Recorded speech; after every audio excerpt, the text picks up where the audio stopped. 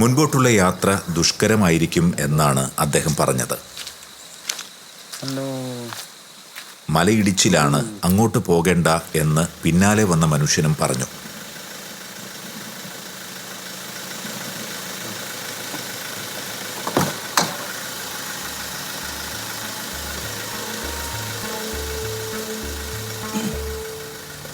എന്താണ് കാര്യം എന്നന്വേഷിക്കാൻ അച്ഛൻ ഇറങ്ങി.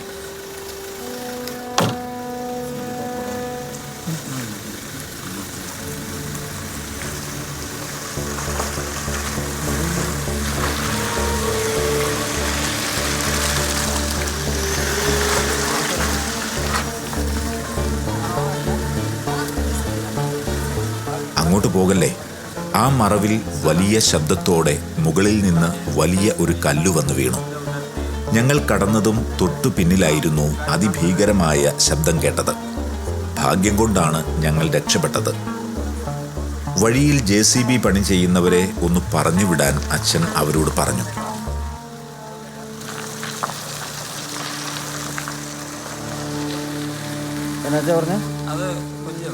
എങ്ങനെ അവരുടെ വണ്ടി എടുത്ത് അടിച്ചു.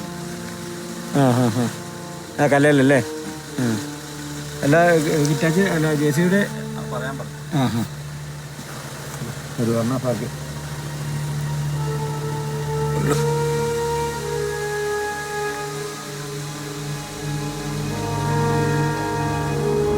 മഴ പെയ്തതുകൊണ്ട് റോഡ് ആകെ ചെളിക്കുണ്ടായി മാറിയിരുന്നു. ഒന്നുകിൽ ഇവിടെ നേരം വെളുക്കുന്നതുവരെ വാഹനത്തിലിരിക്കണം, അല്ലെങ്കിൽ 1.5-2 മണിക്കൂർ യാത്ര ചെയ്ത് തിരിച്ചു പോകണം. ഞങ്ങൾ അങ്ങോട്ട് ചെന്ന് നോക്കാൻ തീരുമാനിച്ച് നടന്നു. കുണ്ടും കുഴിയും നിറഞ്ഞ റോഡിലൂടെ ഇനി തിരിച്ചു പോകുന്ന ബുദ്ധിമുട്ടോർത്തിട്ടാണ് രണ്ടും കൽപ്പിച്ചു പോകുന്നത്.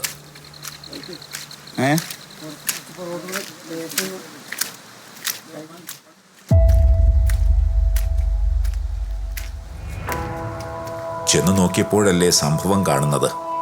ഒരു 1.5 പൊക്കമുള്ള ഒരു ഭീമൻ ഉരുളൻ പാറ വഴി തടസ്സപ്പെടുത്തിക്കൊണ്ട് ആശാൻ റോഡിന് കുറുകെ നടുക്ക് തന്നെയാണ് വന്നു വീണത്. മുകളിലോട്ട് നോക്കിയപ്പോൾ ചെങ്കുത്തായ പാറക്കെട്ട്. ദൈവാനുഗ്രഹം കൊണ്ടാണ് ടൺ കണക്കിന് ഭാരമുള്ള ഈ പാറ ആർക്കും അപകട കാരണമാകാഞ്ഞത്. താഴേക്ക് നോക്കിയപ്പോൾ ഒരന്തവും കിട്ടുന്നില്ല. വലിയ കൊക്ക. വലതുവശം ഇടിഞ്ഞു വീഴാറായതുപോലെ ഉറപ്പില്ലാതെ ചെളിമണ്ണ് കാണാം. ഞങ്ങളുടെ കൈവശം ബാറ്ററി ലൈറ്റുകൾ ഉണ്ടായിരുന്നതുകൊണ്ട് ഇത് ചിത്രീകരിക്കാൻ സാധിച്ചു. അച്ഛൻ റിപ്പോർട്ടിങ്ങിന് തയ്യാറായി. നമ്മൾ പാലിൽ എന്ന് പറഞ്ഞ സ്ഥലത്തേക്ക് പാലിൽ നിന്ന് സംഗ്ര എന്ന് പറയുന്ന സ്ഥലത്തേക്ക് പോവുകയായിരുന്നു. ഒരു 15 കിലോമീറ്റർ ഞങ്ങൾ ഏതാണ്ട് 1 മണിക്കൂർ കൊണ്ട് ഇവിടെ എത്തി ഞങ്ങൾ എത്തുന്നതിന് തൊട്ട് മുമ്പ് പറഞ്ഞു വീണ ഒരു കല്ലാണിത്. ഈ കല്ല് കാരണം നമ്മുടെ യാത്ര, മുമ്പോട്ടുള്ള യാത്ര മുടങ്ങിയിരിക്കുന്നു. JCB വന്നാലേ പറ്റുള്ളൂ. ഇപ്പോൾ സമയം 7 മണിയായി. നമുക്കിനി പോകേണ്ട സ്ഥലം ഇനി ഇവിടുന്ന് ഒരു 3 മണിക്കൂറുടെ ദൂരമുണ്ട്. എന്ത് ചെയ്യണമെന്നറിയത്തില്ല. ഒരു പക്ഷേ ഈ അടുത്ത സെൻറ്റർ സംഗ്രാമാണ്. അങ്ങോട്ട് പോകാനായിട്ട് ഒരു 1.5 മണിക്കൂർ ഡ്രൈവ് ചെയ്താൽ സംഗ്രാം എന്ന് പറഞ്ഞ സ്ഥലത്തെത്താം. ഇവിടെ മാറ്റി കിട്ടിയാൽ സംഗ്രാം എന്ന് പറഞ്ഞ സ്ഥലത്തേക്ക് പോകും. മറ്റേ സ്ഥലത്ത് വൈകുന്നേരം ഭക്ഷണമൊക്കെ റെഡിയാക്കി അച്ഛൻ കാത്തിരിക്കുന്നു പറഞ്ഞു. അങ്ങോട്ട് ഫോൺ കിട്ടിയാൽ മെസ്സേജ് മാത്രമേ കൊടുക്കാൻ പറ്റുള്ളൂ. അത് നേരത്തെ മെസ്സേജ് കൊടുത്തിരുന്നതാണ്. ഇനിയിപ്പം ഏതായാലും അറിയത്തില്ല ദൈവം ഏത് രീതിയിലാണ് ക്രമീകരിച്ചിരിക്കുന്നതെന്ന്. ഞങ്ങൾ കൊണ്ടേക്ക് ചെല്ലി വരികയായിരുന്നു. ഏതായാലും ഞങ്ങൾ വരുന്നതിന് തൊട്ട് മുമ്പാണ് ഇത് വീണത്. കാരണം അതിന് മുമ്പുള്ള വണ്ടി പാസ്സായി പോയിരുന്നു. അപ്പോൾ ഏതായാലും ഇത് ദൈവം നമുക്ക് അപകടമൊന്നും വരുത്തിയില്ല എന്നുള്ളത് നമുക്ക് ദൈവത്തിന് നന്ദി പറയാം. ഒപ്പം തന്നെ ഇതിപ്പം നീക്കി കിട്ടുമെന്ന് പ്രതീക്ഷിക്കുന്നു. ഞങ്ങളിപ്പോൾ അവിടെ JCB ഒക്കെ വർക്ക് ചെയ്യുന്ന സ്ഥലമുണ്ട്. പോയി നോക്കട്ടെ. അവിടെ നിന്ന് JCBയോ ഫോക്ലാൻഡ് മെഷീനോ കിട്ടിയാൽ ഇവനൊന്ന് ചിലപ്പോൾ അവർ സൈഡാക്കി തരാൻ പറ്റും. JCBക്ക് ഇത് സൈഡ് ചെയ്യാൻ പറ്റുമെന്ന് തോന്നുന്നില്ല, അത്രമാത്രം വലുതായിരുന്നു. ഇതിലെ കൂടെ സൈഡിൽ കൂടെ പോകാനും പറ്റും. ചെറിയ കാർ ഒരെണ്ണം പോയായിരുന്നു, എന്നാലും അത് ഭയങ്കര റിസ്ക്കാണ് അവർ പറയുന്നത്. അതുകൊണ്ട് നമ്മൾ വെയിറ്റ് ചെയ്യുന്നു. ഒരു പക്ഷേ അതുമല്ലെങ്കിൽ വീണ്ടും ഏതാണ്ട് 1.5 മണിക്കൂർ നേരത്തെ യാത്ര തിരിച്ച് ചെയ്യേണ്ടി വരും. എന്താണെന്നറിയത്തില്ല. ഏതായാലും ദൈവം വേണ്ട പോലെ ക്രമീകരിക്കട്ടെ. അതിനുവേണ്ടി കാത്തിരിക്കുന്നു. ഒരു JCB വന്നിരുന്നെങ്കിൽ എന്നായിരുന്നു ഞങ്ങൾ പ്രാർത്ഥിച്ച് കാത്തിരിക്കുന്നത്.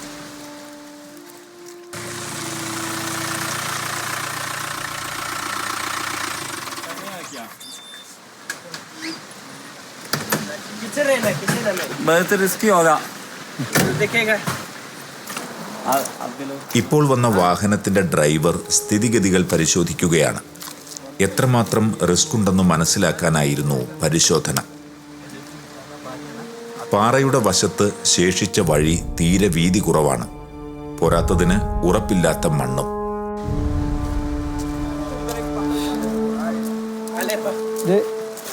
വണ്ടിയിലുണ്ടായിരുന്ന കുടുംബാംഗങ്ങൾ എല്ലാവരും പാറയുടെ അപ്പുറത്തേക്ക് കടന്നു നിൽക്കാൻ പറഞ്ഞു. വാഹനത്തിന്റെ ഭാരം കുറച്ചുകൊണ്ട് അപകട സാധ്യത കുറയ്ക്കാൻ വേണ്ടിയായിരുന്നു അങ്ങനെ ചെയ്തത്.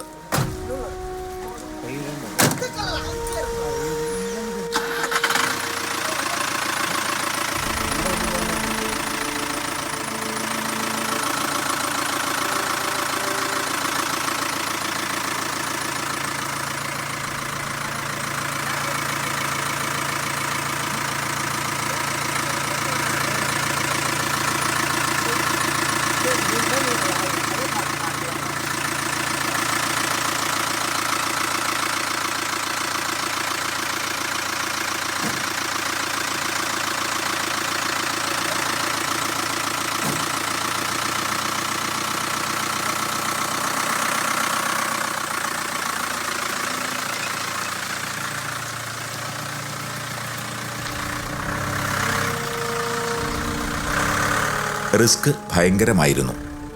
പിന്നിലെ വീൽ ശരിക്കും ചെളിയിൽ താഴ്ന്നുണ്ടായിരുന്നു. പാറയുടെ വശത്തുകൂടെ ചെറിയ വ്യത്യാസത്തിനാണ് വാഹനം കടന്നുപോയത്. അപ്പോഴേക്കും റോഡിന്റെ അതിരുഭാഗം നന്നായി താഴ്ന്നു പോയിരുന്നു.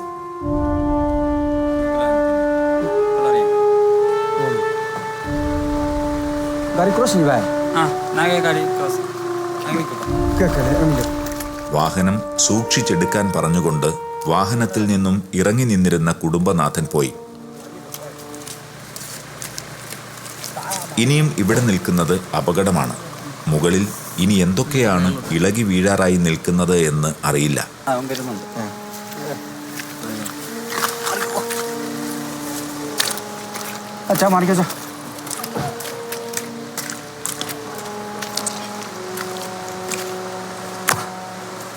വാഹനം പാറയിൽ ഉരസാതെ കടന്നുപോകാനുള്ള മാർഗം തയ്യാറാക്കുകയാണ് Shalom TV cameraman Saji Aruvithura.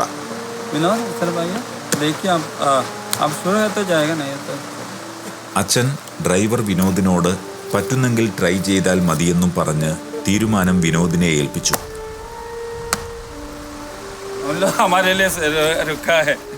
കടന്നുപോയ വാഹനം നമ്മളെ നിരീക്ഷിക്കുന്നുണ്ടായിരുന്നു. അത്രയ്ക്ക് റിസ്ക് ആണെന്ന് അവർക്കും അറിയാമായിരുന്നു.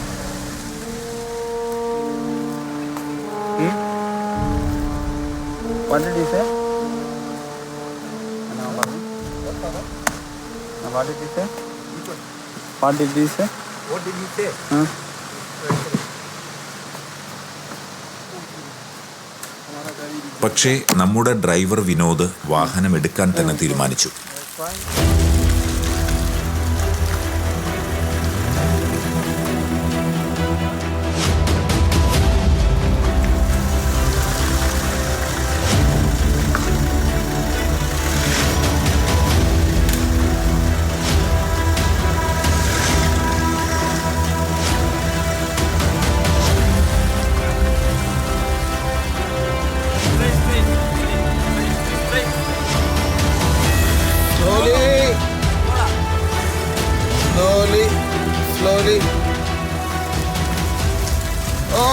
അങ്ങനെ ദൈവാനുഗ്രഹത്താൽ ആ ഒരു പ്രതിസന്ധിയും കടന്നു കിട്ടി.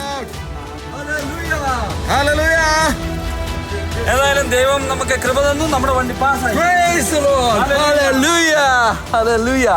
ഞങ്ങൾ ദൈവത്തിന് നന്ദി പറയാൻ മറന്നില്ല.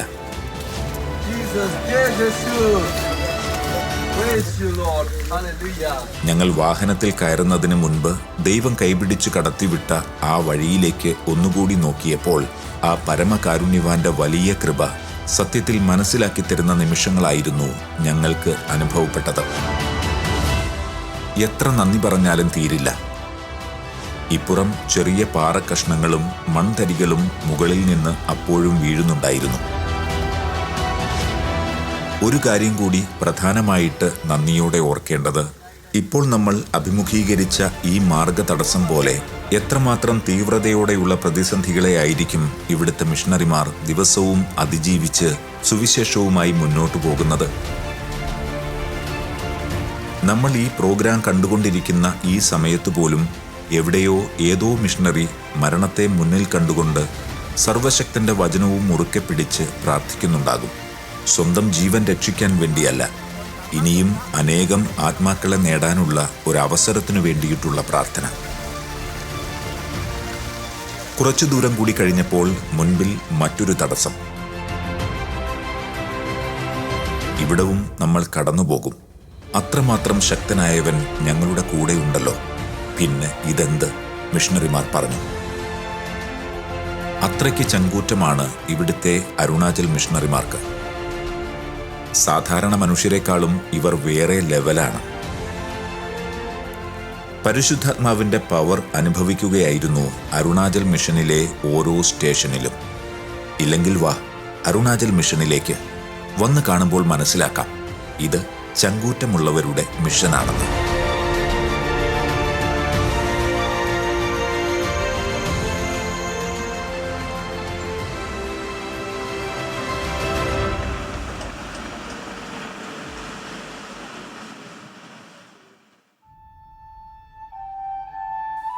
നമ്മളിപ്പോൾ അരുണാചൽ പ്രദേശിലെ അതിമനോഹരമായ ഒരു മിഷൻ സ്റ്റേഷനിലെ സംഗ്രാം എന്ന സ്ഥലത്താണ് എത്തിച്ചേർന്നിരിക്കുന്നത്. അരുണാചൽ പ്രദേശിലെ കുറും കുമി ജില്ലയിലെ പാലിൻ തഹസിലിലാണ് സംഗ്രാം എന്ന ഗ്രാമം സ്ഥിതി ചെയ്യുന്നത്. ഉപജില്ലാ ആസ്ഥാനമായ പാലിനിൽ നിന്ന് ഏതാണ്ട് 5 കിലോമീറ്റർ അകലെയാണ് സംഗ്രാം. സംഗ്രാം നിവാസികളുടെ ഉപജീവന മാർഗം പ്രധാനമായും കൃഷിയാണ്. ഇപ്പോൾ നാം കാണുന്നത് വലിയ ഏലമാണ്. കൃഷി ചെയ്തു കൊണ്ടുവന്ന് ഉണക്കുകയാണ് ഇവർ. ഇവിടെ മുഖ്യ ഉൽപ്പന്നങ്ങളിൽ അരി, തിന എന്നിവ ഉൾപ്പെടുന്നു. ചോളം, നാടൻ പയർവർഗ്ഗങ്ങൾ, ഏലയ്ക്ക, കടുക് എന്നിവയും കൃഷിയിലൂടെ ഉൽപ്പാദിപ്പിക്കുന്നു. അരുണാചൽ പ്രദേശിൽ വളരുന്ന പ്രധാന സുഗന്ധവ്യഞ്ജനങ്ങൾ തേജ്പത്ത്, വലിയ ഏലം, മഞ്ഞൾ, ഇഞ്ചി എന്നിവയാണ്. ദേ, ആ കുട്ടി അവളുടെ ചുമലിലുള്ള കങ്കാരു മദർ കെയർ ബാഗ് കെട്ടുന്നു. ഇങ്ങനെ തോളിൽ തുണി കെട്ടി കുഞ്ഞുങ്ങളെ ആർക്കും അനായാസം കൊണ്ടു നടക്കാം.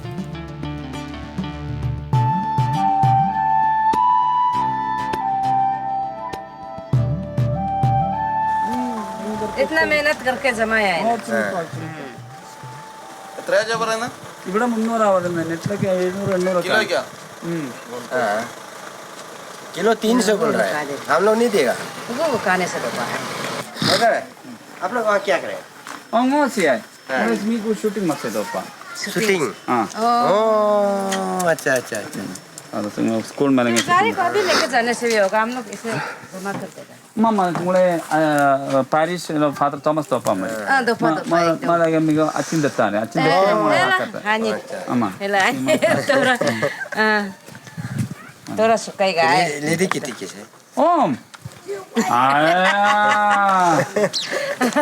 Okay, Father lang mana mutum pepa. Bintang Father ni bintang ta, lang mutum Mama, Father ni bintang ta, nage dari kati. സംഗ്രാമിലുള്ള മിഷൻ സ്റ്റേഷനിലേക്ക് നമുക്ക് പോകാം. അവിടെ അടുത്ത് തന്നെ തടി കൊണ്ടുണ്ടാക്കിയ ഒരു തൂക്കുപാലമുണ്ടായിരുന്നു. അതിലൂടെ നടന്നു പോകാൻ ശ്രമിച്ചപ്പോൾ പാലം ആടി ഉലയാൻ തുടങ്ങി.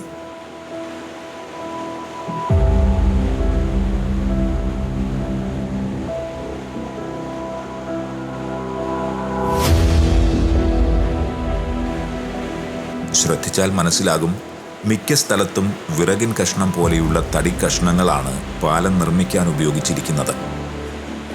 പക്ഷെ നമ്മളിപ്പോൾ കാത്തിരിക്കുന്നത് ഇതിലൂടെ യാത്ര ചെയ്യാറുള്ള വളരെ വേണ്ടപ്പെട്ട ഒരാളെയാണ്.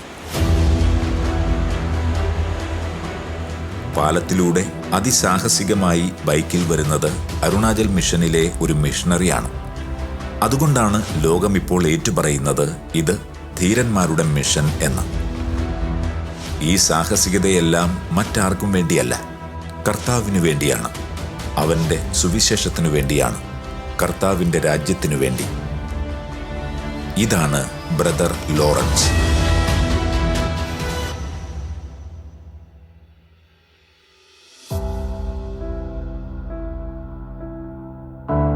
ക്രിസ്ത്യൻ ബ്രദേഴ്സ് അഥവാ ക്രിസ്തീയ സഹോദരങ്ങളുടെ സഭ കത്തോലിക്ക സഭയ്ക്കുള്ളിലെ ലോകമെമ്പാടുമുള്ള ഒരു സഭാ സമൂഹമാണ്.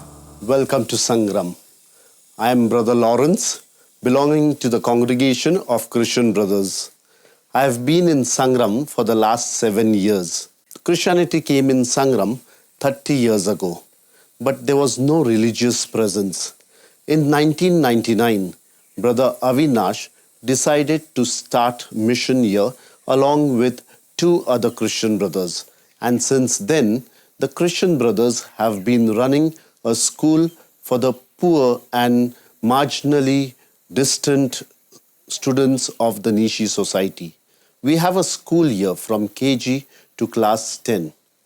The brothers have been here for the last 20 years. 6 years after the brothers reached here, the brothers invited the missionaries of Mary Help of Christian Sisters. Sisters came here. They started the dispensary and a hostel for the girls. Since then, the parish is flourishing. The school is giving quality education to the students of Sangram. Our students of Sangram are at par like any other students in Itanagar, the capital of Arunachal. Today is 4th of October, the feast of St. Francis, Brotherhood Day. And I'm so happy, I'm glad that you have come here on Brotherhood Day so that we can share our brotherhood with you all. Most welcome to Animarium Christian Brothers Mission. May you have a God experience here.